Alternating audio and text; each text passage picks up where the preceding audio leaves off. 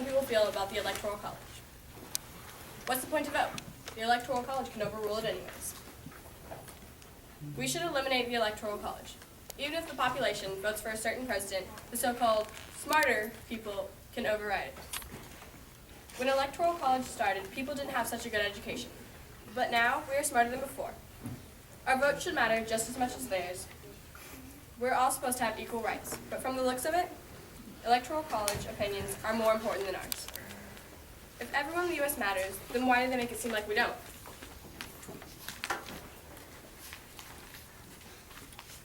Voting is a way to share your opinion, but all the government is doing is covering it up.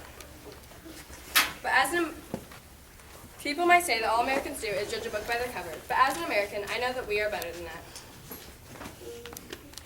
A lot of people are disturbed by the idea of a minority president. A minority president is the president that gets the least amount of votes, but because of the Electoral College, they can still become president. Having that said, it's not fair for us as a country or us as people. The Electoral College is not right for our country. All right, so the negative group can get up and ask, or the negatives can get up and ask some questions.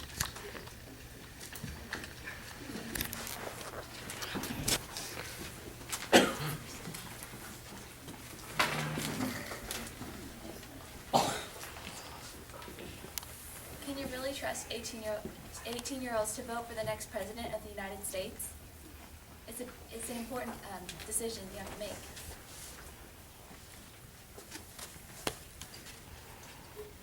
I think that was close to the question, ladies and gentlemen. Yeah.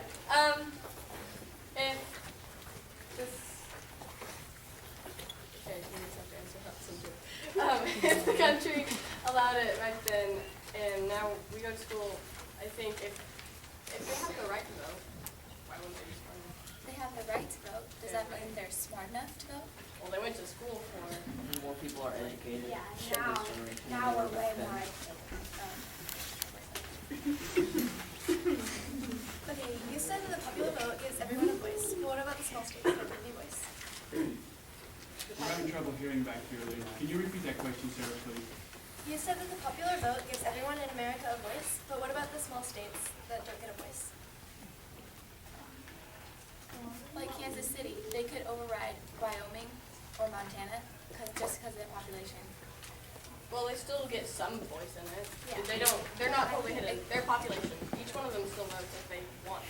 But they're pretty much ignored. Vote counts, so. Yeah, they count every every vote, so they're heard somewhere anyways. But America isn't just a bunch of people, it's 50 separate states.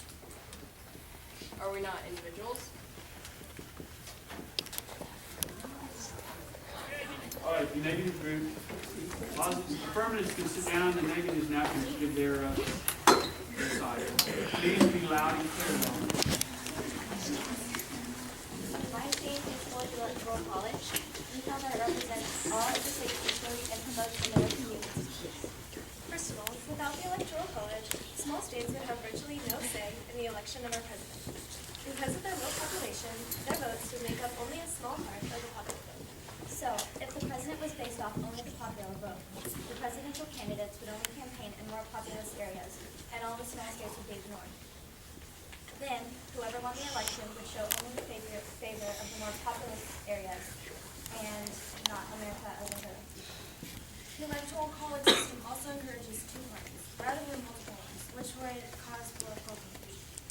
For example, in Israel, there are so many parties that it is hard for one party to go to gain a vast majority. So they split up in two parties eventually. But our American two-party system allows us to split the ideas more efficiently. It also cancels out any random votes cast by uneducated voters, since each state only has so many electorals and they represent the majority. So, for example, if there were a third candidate running who was not a very skilled politician, some American citizens would still vote for them, not knowing who they were voting for. If we use the system of popular voting, those extraneous unwanted votes would add up. But through the electoral system, they are canceled out instead. Counterfeiting votes would also become more common if we use the popular vote. People would lie about who they were and fake votes since they knew that every vote counted. That's why the electoral system works with our government, unlike the popular. Does the affirmative have any questions for them? Yeah.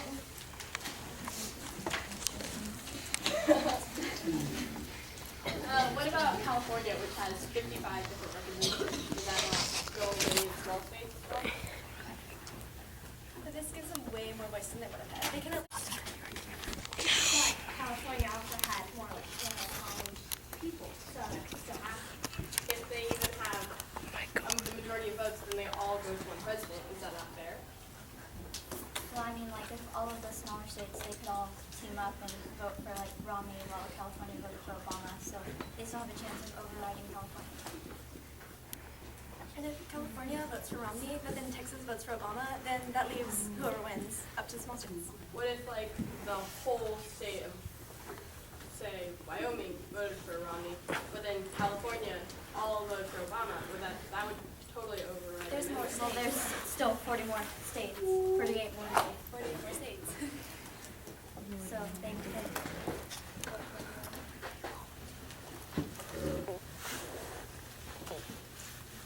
Okay, well, now everybody who's not educated still has television and they all know. So pretty much everybody knows what's happening with the election. So everybody pretty much knows and have their own opinion about it.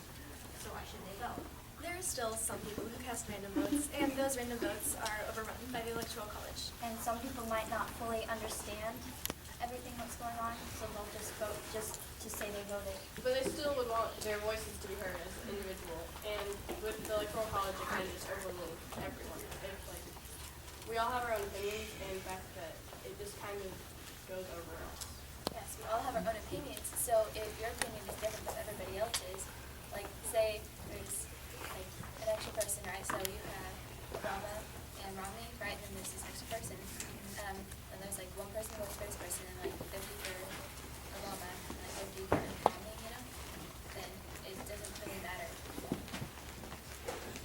Because the majority of people is going to research and know what they're voting about, and that's the majority who wins that state.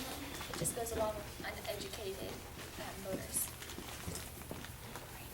Well, what about the educated voters, and then what if the uneducated voters would overrule them in the Electoral College? Well, you guys said that we are smarter than we used to be, so it seems like we will be educated. But you guys said that we weren't. They said that there's certain people who aren't. Not everybody is educated, but most people are, and those are people who will win the majority of the state. But even if you're not educated, you still have an opinion that you want to heard. And the whole Electoral College covers your opinion. You like going with the crowd. I guess you could say you're going with the crowd, but if you do your research, then you know who should be president. And you might think somebody else wants that, and then the Electoral College just overrides your vote, even though you think that's right. And then like they vote, and they change their vote just because. Like, what do you mean by that? Okay, teams, at this time, let's have closing statements. So if the negative will sit down, we will let the affirmative have their closing statement.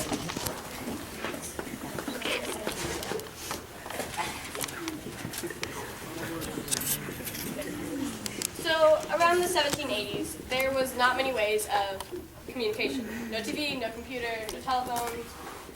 But we have many new advancing in technology now, like Facebook, iPhones, internet, and a lot more. Back then, the government thought that since people didn't talk to other states, they would vote for their favorite sons or the person of their state. Also, the majority of people didn't go to school around them, so some people didn't think that they were smart enough. Now, with today's education, we're one of the smartest countries in the world, and we have many ways of communication. Many people can watch and see how the candidates can change America and make their own opinions about it. When Americans vote, they vote for the change they want and the president that they think will make it happen. Voting gives us the freedom they say we have, but the Electoral College